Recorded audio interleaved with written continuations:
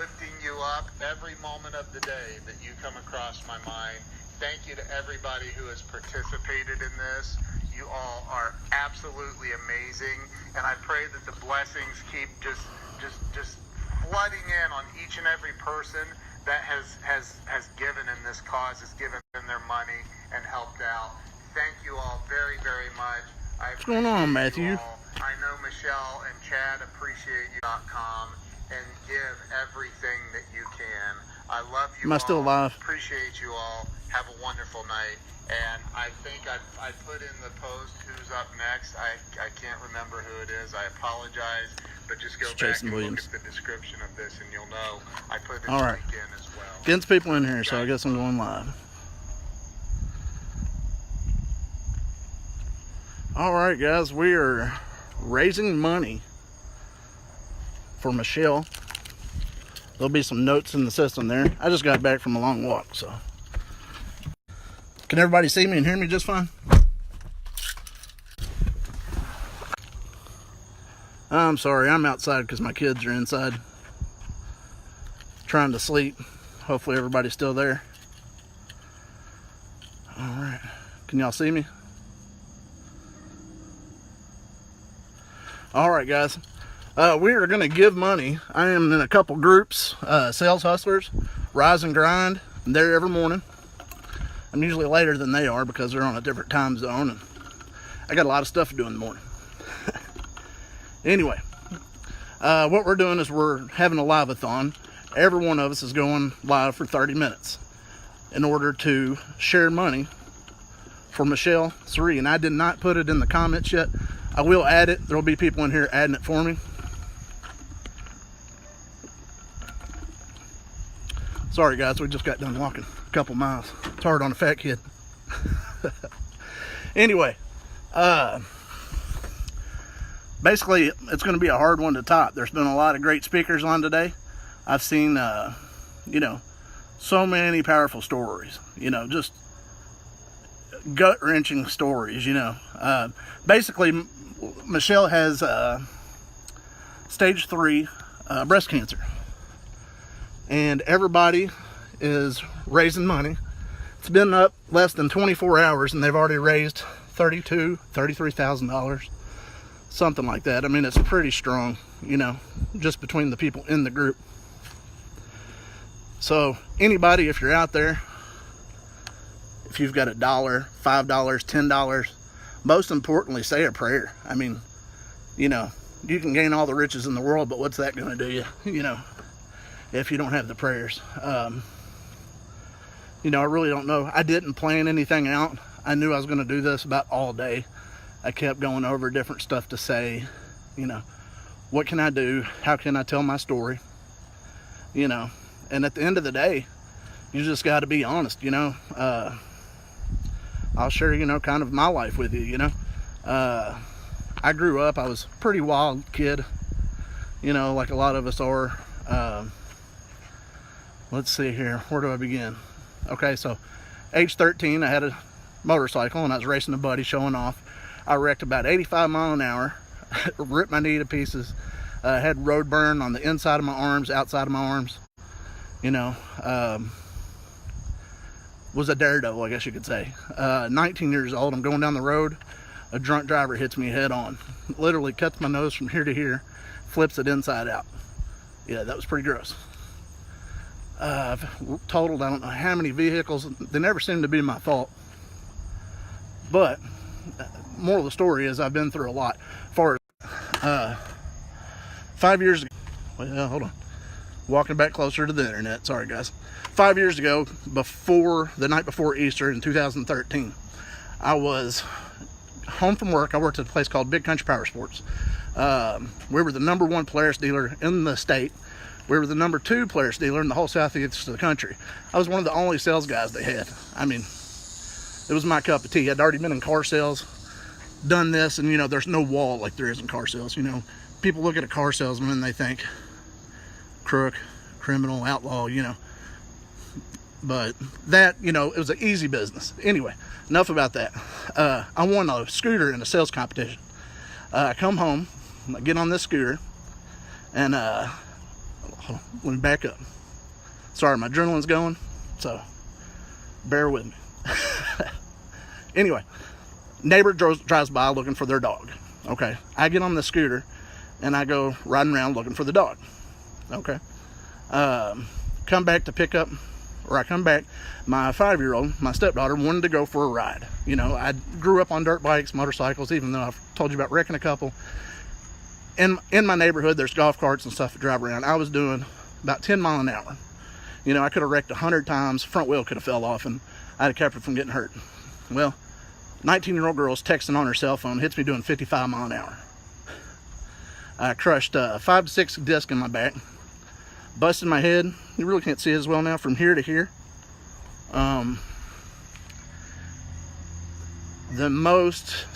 It's the scariest thing I've ever been.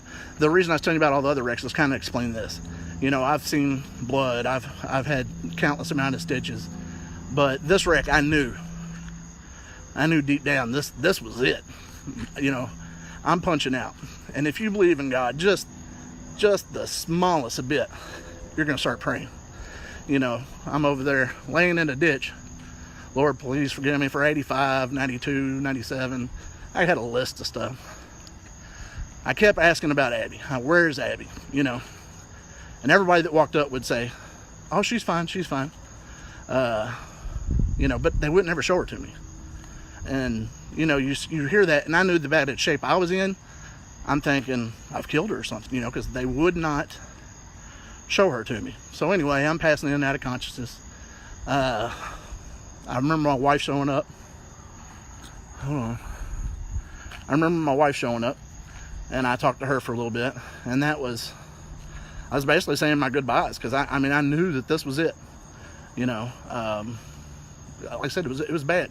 The next thing I remember is being in the ambulance. We're going down the road, and there's a guy sitting right over me. I don't tell the story a whole lot, but anyway, I guess I should. There's a guy standing over me, and there's 2 medics back there working on me. The guy sitting over me, you know, is sitting here working on me. The other guy says, "You think he's going to make it?" You know, the other guy says, "I don't know, man, but look at his eyes. I can't stand to look at them. They're bulging out."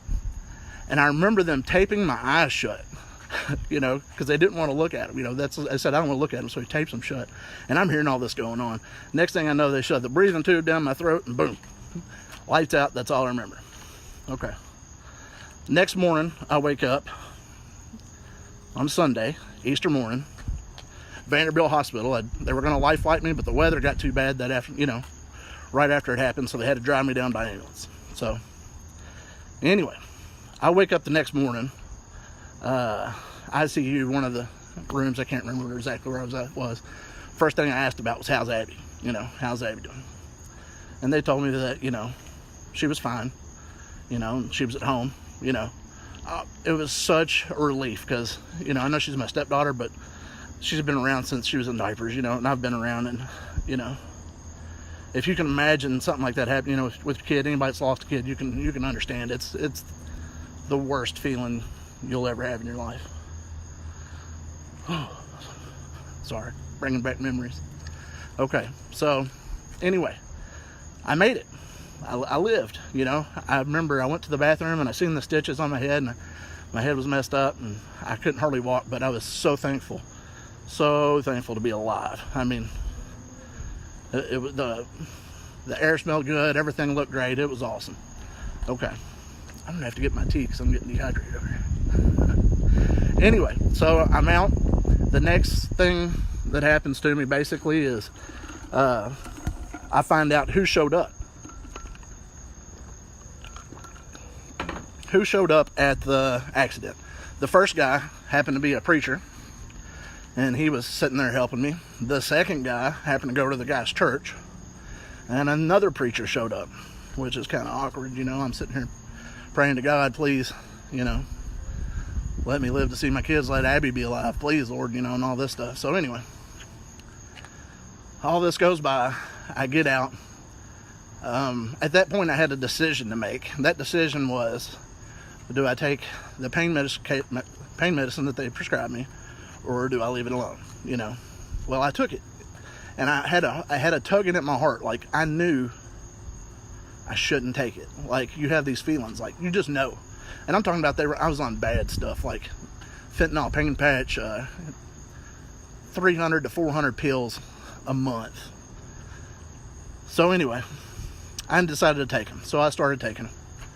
And next thing you know, that ran my life, for a little while. But let me get in between what happened to me next. Wow, it's been 11 minutes. Woo! I need to slow this story down, I guess. But anyway, I started having seizures from the wreck. Now, luckily, I didn't have any brain damage because I couldn't afford it anyway. But I started having seizures. So for the first 2 years, I had probably about anywhere from 10 to 25 seizures a day. And it was called conversion disorder. It's related to post-traumatic stress disorder. Basically, it was where I thought I had killed Abby and I was asleep the whole time. And my brain was thinking this while I was unconscious. And it just crossed some wires somewhere.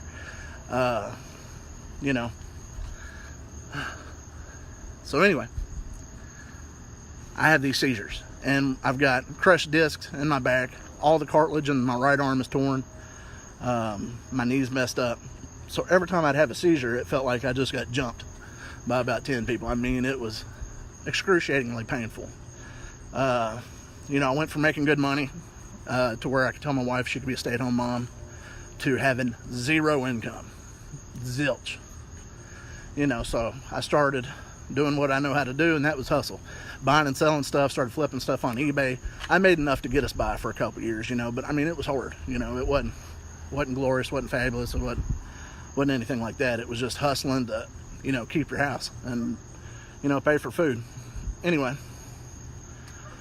I'm sorry guys, I'm so out of breath. We took a walk and literally, now my adrenaline got up when I got on here because I've seen so many great things. Friends, family, anybody out there, if you're watching, go back and watch.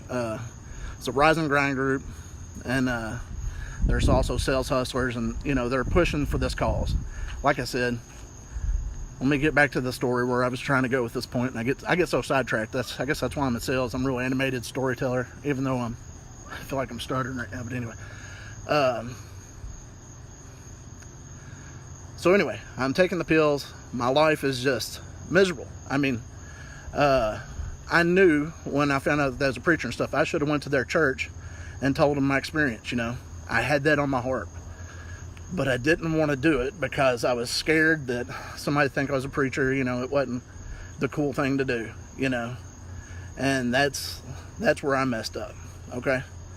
I realize now in hindsight I should have done that, but everything happens for a reason. Okay. So anyway, a couple years of this goes by and I realize I am horrible. I decided to quit taking the medication, go to the doctor. Everybody knows that, or all the doctors are trying to switch me to other pills. And I'm like, no, you guys don't get it. I want to quit. I don't want to be on this medication anymore. I want to be off of it. And they kept trying to switch me to something else. So anyway, long story short, it got so bad, I had to stay at my mom's house for a week because I went to go to a rehab place and they wouldn't accept me because they said I wasn't in bad enough shape. Folks, I was in pretty bad shape. Okay. So anyway, all this went by and I started praying again. I was like, Lord, please forgive me. He's delivered me from that. My life has turned around tremendously. Over the last 2 years, we go to church every Sunday. I pray every night, every morning. I quit smoking cigarettes a year and a half ago. I've quit everything. I don't do anything. The worst thing I do is chocolate. Yep, chocolate. Anyway, so my point being this is, and I didn't even explain. I told you all about all the wrecks and stuff, but I didn't tell you. I mean, I was a sinner. And if it was wrong, I liked it and I did it. There wasn't nothing that I wouldn't do. I listened to, crazy music, doing crazy stuff, and just, I look back on it now and, I can't believe that was me. I really can't. A lot of the stuff I did, the way I treated people, the way I treated my wife, the way I treated my kids, my dad, who's passed away February, my mother, You know, all I'm trying to do is give somebody some inspiration. If you're out there and you're doing stuff, you got stuff tugging on you, just know you can do it. You can quit. It's cigarettes. It is easy. Okay, $34,100. That's awesome, guys. You can do it, you know. Like I said, I've said this 100 times a day. God is good, and He really is. My life has tremendously turned around. I've went from the bottom of the barrel to moving on up to the top of it. I mean, I'm not saying I'm where I'm at. I'm far from where I'm at. I'm never going to stop learning. I started watching Rise and Grind. I started watching Sales Hustlers because it's positivity. It's nothing but feeding your brain positive stuff. And my morning routine is pretty awesome. I get up, try to work out a little, feed my brain with knowledge, write a gratitude list, 7 things that I am thankful for. And it's funny, they all seem to come out to be the same. I try to switch it up a little bit, but there's 7 things I'm really thankful for. And then 7 goals I have, you know. And I wish I'd have grabbed my book and showed it to you because it's halfway full. And what's happened in the time of filling that book up it's insane. If you'd have told me I'd have been doing what I'm doing today a year ago, I'd have said, no, you got the wrong guy. I know there's not many left on here to go tonight, but if you are, don't go take a 2-mile speed walk before you go. That being said, Ryan Smith, awesome testimony today. That was strong. That's one thing that's going to make it hard to follow. I mean, that was awesome. I'd watched that, and that story hit home to me a lot too. You know, it was familiar. That guy's a great guy. I've actually called him, asked him for fitness help. By the way, I'm under 300 pounds. I weighed 345 when I started doing this, and I just broke under 300, so that's a plus. You quit smoking cigarettes after smoking all the time, you're gonna eat the cupcakes. Selling cars, there's a dollar snack machine in there, and nothing in that thing is healthy. Nothing. I'm pretty sure, no offense to vending machine people, but come on, get me something healthy in there. Anyway, guys, I just wanted to come out and tell you what's going on. You know, I'm proud of the things I've been doing, proud of moving forward. You know, I mean, I don't know how many times I can say it, but God is good. You know, it's changed my life. You know, it can change yours. With the faith of a mustard seed, you can move a mountain. Speaking about my back, I had 6 crushed discs. They told me I was going to have surgery. You know, not to go to a chiropractor. I'd never be able to walk, yada, yada, yada. And I am good. If I had somebody to hold the phone, we'd show a 300-pound man try to do a cartwheel. Mind me. All right.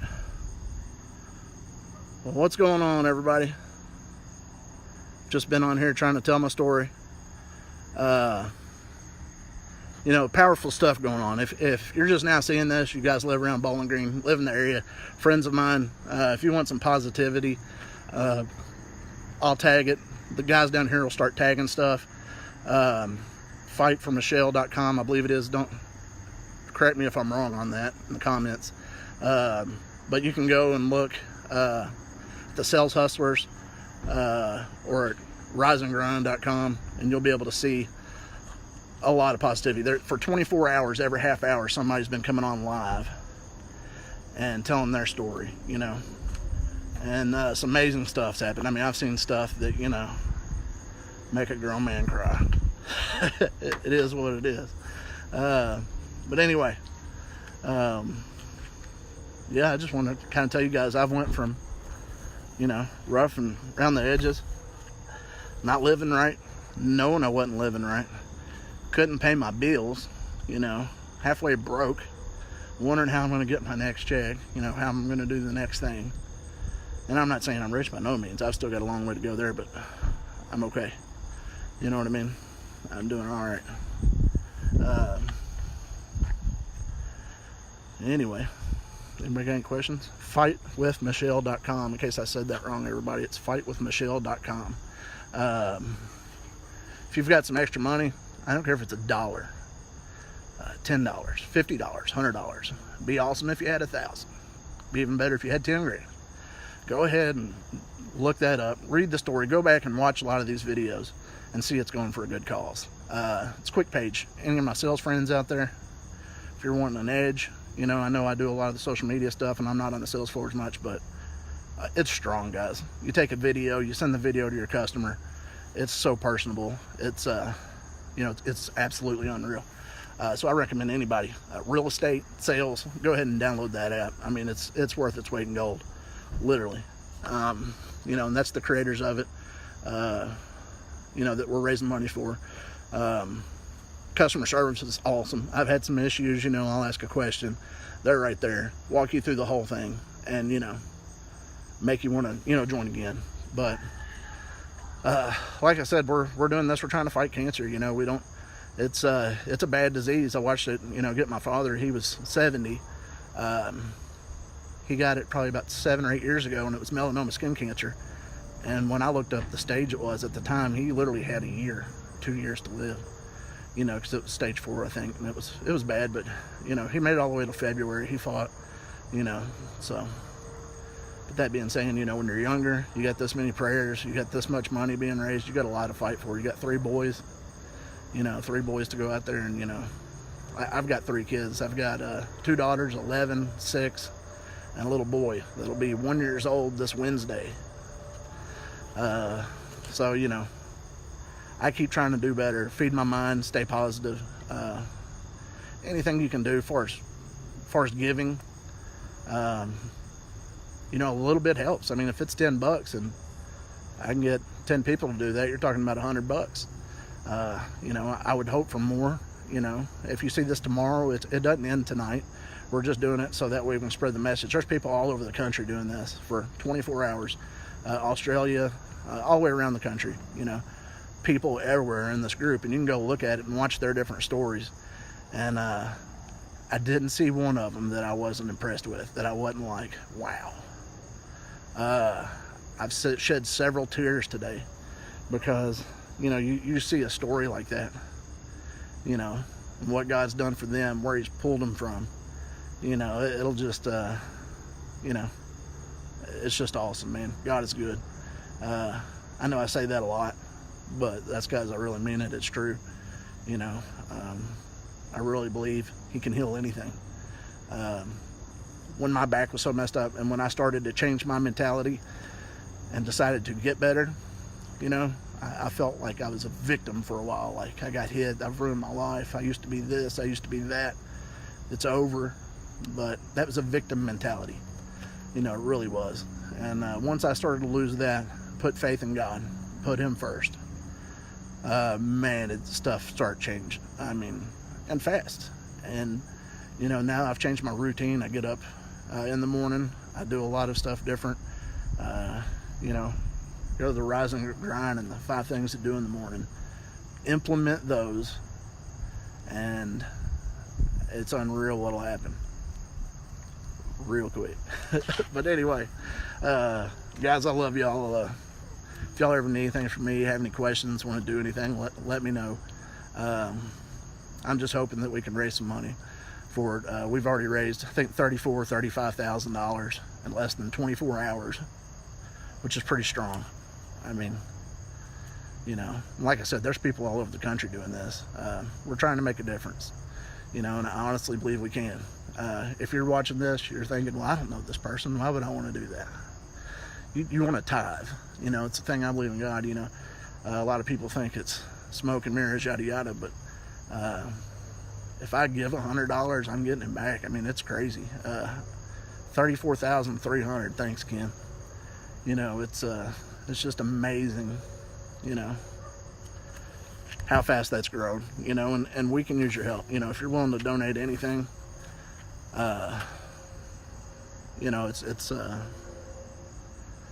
it's really changing lives. I know it's feeling effect on her. Looks like I got about 5 minutes left, if that's right, guys. I know for me, okay, I forgot to tell you about this. When I had my wreck and they took me to Vanderbilt, my mom, sister, and them, they're in these prayer groups, prayer warriors, right? Well, they're praying for me, right? And I mean, when I say there, it's kind of like the deal we got going right now. People all over the country. I was reading stuff in overseas, Asia, Australia, England, of people praying for me. And I know, Michelle, I can understand, when you see people do that, if you got a heart of stone, it's going to break it down when you know that there's that many people that care about your well-being.